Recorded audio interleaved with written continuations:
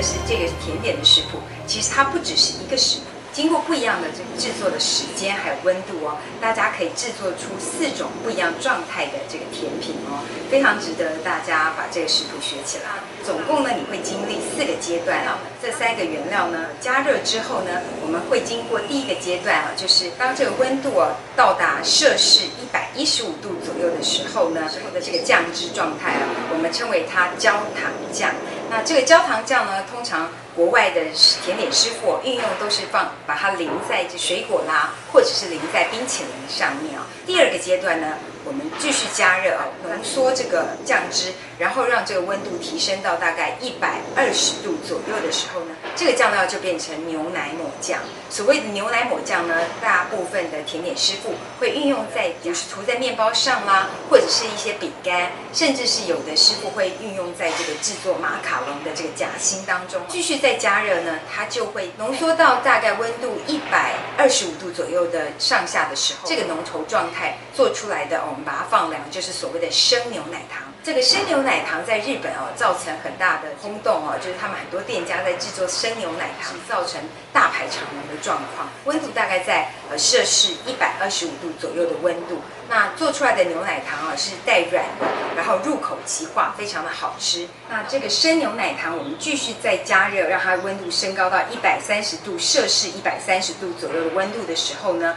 那这个牛奶糖就变成硬质的牛奶糖。那到底要怎么样透过同一个食谱来做出这4种不一样变化的甜点呢？我们一起来看看。要准备备料了，这个材料真的非常的简单，有很多的方式可以来做这个牛奶糖、生牛奶糖。这个配方是让我觉得最为简单，但是效果一样最好，而且会让主妇在制作的过程中这个减少失败的几率，因为它基本上只需要顾到搅拌，不要烧焦这个部分。如果你希望是用到牛奶来制作的，那麻烦朋友要搜寻别的食谱哦。好，那今天我们准备的材料呢，鲜奶油哦，我们希望乳脂肪含量大约35%左右的鲜奶油，我们使用的是200公克的鲜奶油。这个白砂糖的部分，我们用的是100公克。最后呢，这个叫做水麦芽，之前在我的教大家怎么样自制蜜汁猪肉干哦，或者叉烧肉里面它都有出现过，它叫水麦芽，有人叫做水饴。那关于这个糖的部分，如果你希望成品的颜色稍微深一点，你可以用这样子的深色一点的棕色的砂糖哦。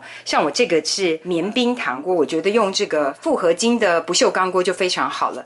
我们这时候大概用中火，我们就直接把它倒进去，你先不用搅它。不用担心哦，我们连水麦芽都一起直接放进去，把它全部的材料通通一同的放到锅子里面开始做。想要赶快消耗鲜奶油的方式，我觉得做成手工的糖果也是非常好的。没有买这个刮勺的朋友，我建议你还是买1支哦。其实你不用太紧张，你就摇动一下锅子，不见得要很快的去搅拌它哦。我们就让它以中火的方式，让它最后煮的咕噜咕噜的。记得只要一担心你就离火，离火就不容易失败不容易出错。叫做它这个状态，它反而叫焦糖酱，因为焦糖酱听起来好像感觉颜色比较深，但是其实它是最初的一个阶段，那颜色是最淡的。那焦糖酱的部分哦，就是温度大概要到115度。好了，在目前这样的状态哦，我看它的稠度，其实如果你现在让它这个放凉起锅，它可以成为所谓的这个焦糖酱哦。我之前分享过怎么自制炼乳，所以我们就不再做，因为我等一下要做成牛奶糖的哦，所以我们还是继续的加温。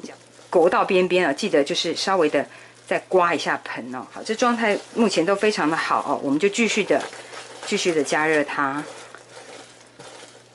好，我们再浓缩一下，让它颜色变成更深的状态，其实就是牛奶抹酱就完成咯。现在状态非常的好，这个浓稠状态非常好，我们还是要继续的这个搅拌它哦。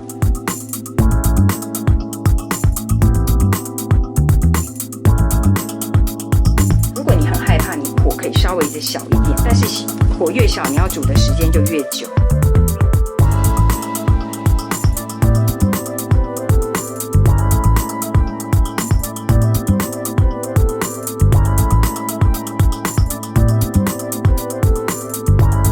大家可以看到这个状态非常的好，我稍微有点没注意，它就有点变色了哦。赶快帮它拌匀就好了，只要不算烧焦就好了。快速的赶快搅拌。那非常浓稠，我们生牛奶糖的部分哦就要完成了。如果你有温度计，你测哦，大概就是125度左右。那这个就是所谓的生牛奶糖哦，就关火了。我现在就关火了哦。那这个生牛奶糖的部分，我们就要趁热哦，把它移到容器里面，让它来冰箱里面哦，让它定型。有的人会垫这个烘焙纸哦。其实可以比我这个容器再更小一点会更好。那我等一下切可能就会有点难看。软的生牛奶糖哦，非常非常的香，好好吃哦。这就是生牛奶糖哦，我们就等它放凉咯。我们来继续的煮这一锅哦。刚刚我把火停下来，但没有关系，我们就继续煮。然后我们开始浓缩它。其实你只要中途哦，比如有电话啦、有事情啦，你就先关火，把它放在一旁哦。等一下回头再开始开火加热，又可以继续了哦。所以这非常方便。然后另外这个锅，有的人说你好黏好难洗哦，其实不会，它只要泡一点点的水哦，甚至你用这个热水来清，一下就化掉了，非常的好洗哦。当你看到这样花花的这个泡泡的时候，就是正确的温度开始。整个煮成这样子蓬蓬的状态，看起来毛毛的，好像棉花在里面一样。这个就是已经可以倒出来变成生牛奶糖，就属于比较软质的。但是我现在要继续熬煮到可以变成再更颜色更深一点哦，再变成这个咖啡色系的这个所谓的就是硬质比较硬质的，就叫牛奶糖哦，不是生牛奶糖。浓缩的过程中，你要做的唯一的就是要顾好，你要不停的让它搅拌匀，不要烧焦，就可以做出绝对成功的牛奶糖了。那你也会在这个过程中呢，闻到非常浓厚的牛奶跟焦糖的香味，非常非常的香哦。那一定要小心哦，这个不要溅到你自己，你可以害怕的人可以戴上一个手套哦。这个主要就是我们在把这个水分还有温度哦加高的过程。好，不要担心，但是要小心哦。现在这个浓稠的状态和这样的颜色哦，这个已经差不多了。那这个过程可能10来分钟哦，大家就要在这边不停的这个顾火，不然会烧焦。你看到现在这样的状态哦，就已经成功了哦。牛奶糖的部分就比生牛奶糖再更浓的牛奶糖。趁这个还有点温度的时候，因为它很容易结块了，也很快凝结的部分，我们还可以来得及哦，在底下沾一点水，其实它就不粘了。通常呢，这个生牛奶糖哦，我们都是放在这个冷藏室快速的冷藏哦，让它稍微的降温以后呢，我们再来切它哦。那如果你真的要放在室温放凉也是没有问题哦。牛奶糖也就是所谓比较硬质的牛奶糖哦，硬质的牛奶糖呢，其实放在室温当中就可以了，尽量要在还有点软的时候就来切哦。那我这个已经放到全硬了，所以呢，这个时候我的会稍微的没有办法那么规则哦。这个硬质牛奶糖呢，很多法国人呢，他们会把它当做手工的伴手礼哦，他们会放在这个比如可爱的玻璃的小容器里面哦，直接包装一下就送给别人当做这个礼物哦，非常的可爱哦。那你也可以直接这样子，然后装袋送给朋友。要方便食用的话，我们还是可以把它切成适当大小的这个可以入口的形状。所以通常我们一定要包，用防潮纸包一下，或者你用这个密封罐装起来哦。基本上这个牛奶糖的保存要放在冰箱里，那当然越快吃掉越好。那通常这个牛奶糖，我最喜欢这个搭配一杯这个黑咖啡哦，或是没有加糖的 latte， 非常的好吃。大家在切的时候，因为它是硬质的，所以稍微的有点不是那么容易，但是我觉得也还好。你就是刀下去以后这样子切下去，你看它会有点碎掉，但没有边缘哦，因为它是硬质，所以会不规则，但是很有这个手工的风格哦。那像这样子不规则没有关系哦。如果你怕这个状态发生的话，就是在它还没有完全成型的时候，我们就来切会比较好。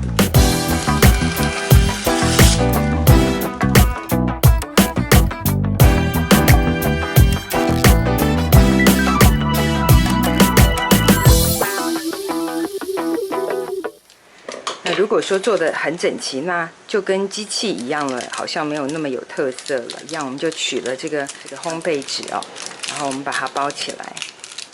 包好了以后，就是从旁边转，这边也举了。好像这样的牛奶糖哦，这样的糖果就很适合这个包装好了来送给朋友，因为它比较软哦，所以脱模会稍微的困难。其实最好底下要垫一个烘焙纸哦，至少是2条、3条哦，这样子一抽就可以起来。但我今天忘了放，没关系，我们就放到冰箱冷藏下来。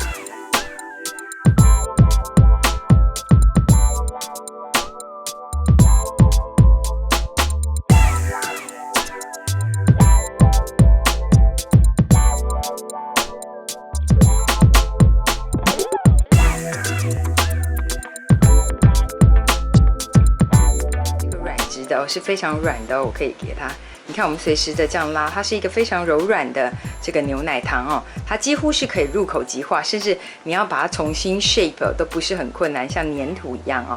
那这个就是所谓的生牛奶糖。生牛奶糖其实保存方式就是要放冷藏。如果口感的话，你希望软软的，你记得就是拿出来大概退个10分钟，就会变成这样子软质的状态。